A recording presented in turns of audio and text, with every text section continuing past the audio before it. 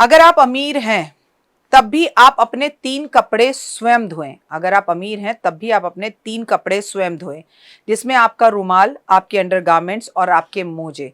क्योंकि ये अगर आप करते रहेंगे तो आपका अहंकार कभी नहीं बढ़ेगा। और हमारे बड़े बुजुर्ग अपने घर की पत्नियों से ये 3 कपड़े कभी नहीं धुलवाते थे। नहाते वक्त इन 3 कपड़ों को खुद ही धोते थे और अपने बच्चों को भी इस बात की आदत डालते थे कि उन्हें ये कपड़े धोने की आदत स्वयं हो। नमस्कार, सुस्वागतम, वेलकम, अभिनंदन।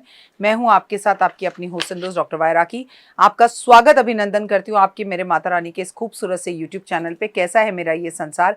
दिन दुगनी रात चौगनी, आप तरक्की करें, आपकी लाइफ में हमेशा सक्सेस रहे, आपको लाइफ में कभी किसी चीज की कोई परेशानी ना हो। परमपिता परमात्मा से मैं ऐसी कामना करती हूँ। ये खूबसूरत सा सूट हमें भेजा था, पूजा किसने? पायल मैम। पायल जी, मैंने आपका ये भेजा हुआ खूबसूरत सूट पहना है, थैंक यू सो मच। और हमारे पूरे स्टाफ और बच्चों को ये सूट बेहद ही ज़्यादा पसंद आया। आपका इसके लिए तहे दिल से बहुत बहुत धन्यवाद। और कार्यक्रम की शुरुआत हमेशा की तरह हम करेंगे बिलीव इन कर्मा।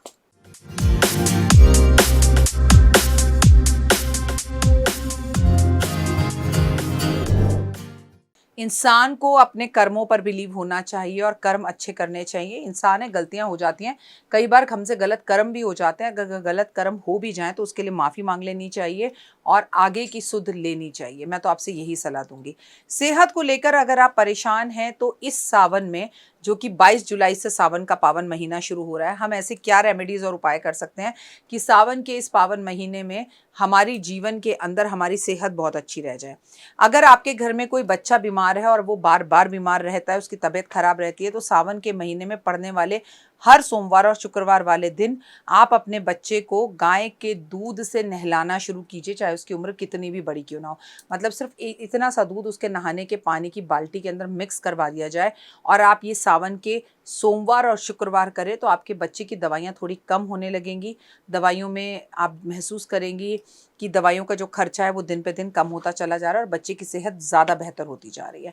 अगर ब्लड प्रेशर की समस्या से ग्रसित हैं आप, तनाव आपको महसूस होता है, और ये भी आपको पता है क्योंकि ये साल मंगल इस साल का राजा है विक्रम संवत 2081 के हिसाब से, तो आपको इस साल बीपी शुगर बहुत तंग कर सकता है, खुद तनाव से ग्रस्त हो सकते हैं। सावन के में पड़ने वाले महीने में जितने भी संडे आए, संडे वाले दिन आपको क्या करना है, शाम को गाय के दूध को सोने वाले बेड के पास एक पात्र में रखना है और सोमवार सुबह उठकर इस दूध को आपको किसी भी पीपल के पेड़ में रख देना है, पीपल के पेड़ पर चढ़ा देना है। आपकी सेहत में जबरदस्त वाला सुधार आएगा और आपकी बीमारी दूर हो जाएगी। और खासकर ब्लड प्रेशर और बीपी या तनाव जिनको है उन्हें करें। इतना छोटा सा पात्र ले ले, हमें कोई बहुत ज़्यादा दूध नहीं चाहिए, ये बात ध्यान में रखिएगा। यदि आपको बुखार से पीड़ित हैं और आपको रोज शाम के टाइम पे बुखार हो जाता है, सुबह के टाइम पे बुखार हो जाता है, आपका हमेशा टेम्परेचर थोड़ा रहता ही है, और सावन के महीने में सोमवार और शुक्रवार वाले दिन किसी प्रसिद्ध शिव मंदिर में जाकर जरूरतमंद लोगों को भोजन और वस्त्र करवाइए। केवल सावन में आपका बुखार परमानेंटली ठीक हो जाएगा और आपको निजात मिलेगी। अगर आपके शरीर में अनगिनत बीमारियां हैं, सावन के महीने में पड़ने वाले किसी भी सोमवार वाले दिन आप कुशा का रस भगवान शिव का अभिषेक करें या कुशा भगवान शिव पर अर्पण करें। जितने भी सावन के सोमवार पड़े, आपकी बीमारी कम होनी शुरू हो जाएगी। थोड़ा सा आटा गूंद कर उससे का एक पेड़ा बना ले, एक लोटे में जल भर ले। अब उस लोई को, जो आटे की आपने लोई बनाई, आटा गूंद कर जो आपने आटे का पेड़ा बनाया है, उस लोटे में जल भरकर उसके अंदर डाल दें और रोगी के ऊपर से 3 बार या 7 बार इसे एंटी क्लॉकवाइज घुमाएं और किसी भी पीपल के पेड़ पर जाकर आटे के साथ इस जल को अर्पण कर दीजिए। उसकी तबीयत में काफ़ी सुधार होता हुआ आपको नजर आएगा। यदि कोई व्यक्ति अपने घर में लंबे समय से बीमार है और उसकी बीमारी ठीक ही नहीं हो पा रही और उसके बाद डॉक्टर एक ही बात कह रहे हैं कि इस व्यक्ति को कोई रोग नहीं है, इसकी रिपोर्ट्स बिल्कुल ठीक आती हैं, नॉर्मल आती हैं, तो एक बात हमेशा ध्यान दीजिए कि आपके घर का कोई वास्तु खराब है।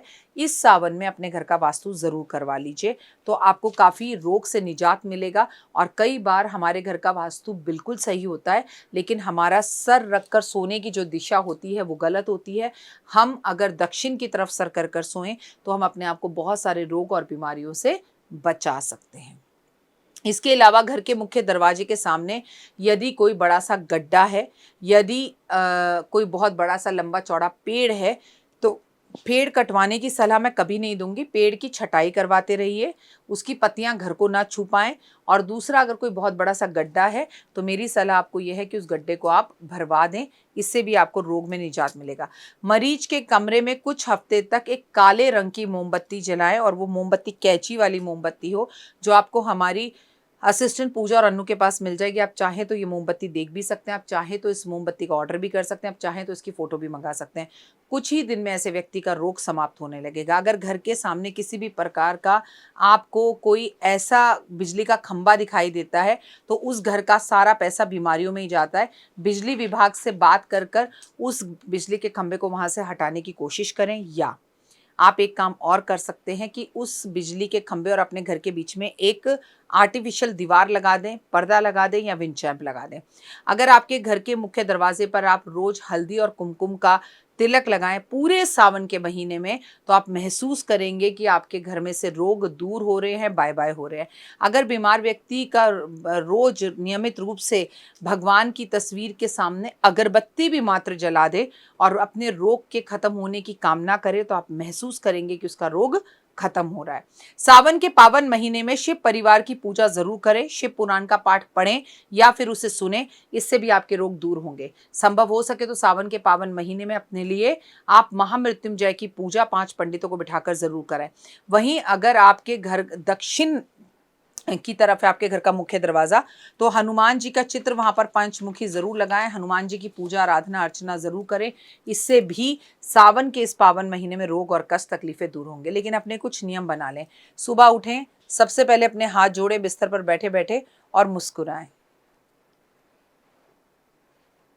बहुत मुस्कुराएं। उसके बाद धरती को प्रणाम करें। धरती को प्रणाम करने के बाद धरती पर पांव रखें, पूरा घर खोलें।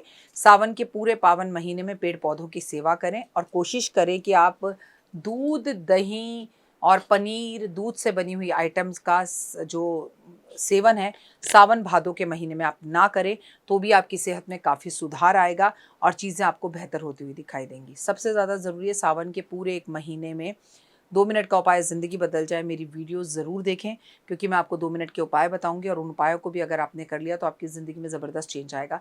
लेकिन एक बात पर ज़रूर ध्यान दीजिएगा कि अगर आप ज़िंदगी में सारे उपाय कर रहे हैं और उपाय करने वाले आप हैं और आप ही उपाय कर रहे हैं और इसके बाद भी कोई भी उपाय आपको लग नहीं रहा और कोई भी उपाय से आपका फ़ायदा नहीं हो रहा है, कोई भी उपाय आपको मतलब लाइफ में आपकी सक्सेस नहीं दिलवा रहा है, करने वाले आप खुद हैं, बताने वाला चाहे दुनिया का कोई भी एस्ट्रोलॉजर हो, लेकिन इसके बाद भी अगर आपके घर के अंदर कोई भी काम आपका बनता नहीं और आपके काम रुक जाते हैं, तो आपके घर में एक बड़ा वास्तु दोष हो सकता है और कहीं ना कहीं आपकी किस्मत का कनेक्शन तो कहीं टिका हुआ है, रुका हुआ है, अटका हुआ है, जिसकी वजह से आपके काम नहीं बन रहे। उस विषय पर ध्यान जरूर दें। फिलहाल मुझे दीजिए इजाजत। कमेंट्स में सिर्फ और सिर्फ जय माता दी लिखें। अपने और अपनों का बहुत ध्यान रखें। God bless you. आपका दिन शुभ और मंगल में हो। परमपिता परमात्मा से ऐसी कामना। मुझे believe in Karma 5 minute story Instagram Facebook पर फॉलो ज़रूर करें और अपना प्यार देते रहें। अभी के लिए जय माता दी।